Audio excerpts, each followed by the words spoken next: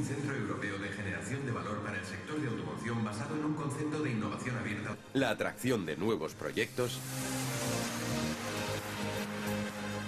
el desarrollo de tecnologías y la creación de empresas. AIC, Automotive Intelligence Center, un centro único de generación de valor. Pues bienvenidos a AIC. Este año Igor va a intentar, bueno, aprender sobre todo, porque es su primera temporada realmente en un campeonato tan prestigioso, con lo cual la ambición no puede ser otra que aprender y empezar a rodar en este tipo de monoplazas. Igor, ¿cómo se siente un piloto antes de empezar un campeonato como este? Yo creo que la pretemporada la hemos hecho bien, tanto el equipo y nosotros, y espero que las cosas vayan bien. Bueno, pues en principio este año lo importante sería aprender y adaptarse a la nueva categoría, y bueno, si las cosas salen bien, pues mejor, ¿no?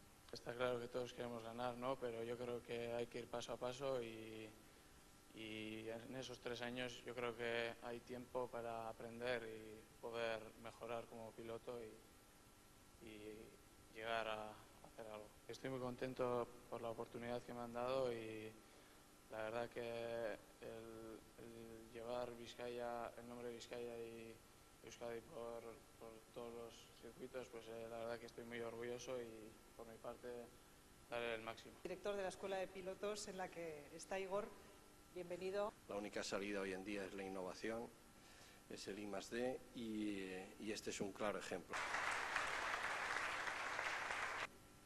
Nuestro presidente y diputado general de Vizcaya, José Luis Bilbao. AIC es un ejemplo de una idea sobre la que hace ya bastantes años venimos trabajando desde la Diputación, que es sembrar para recoger.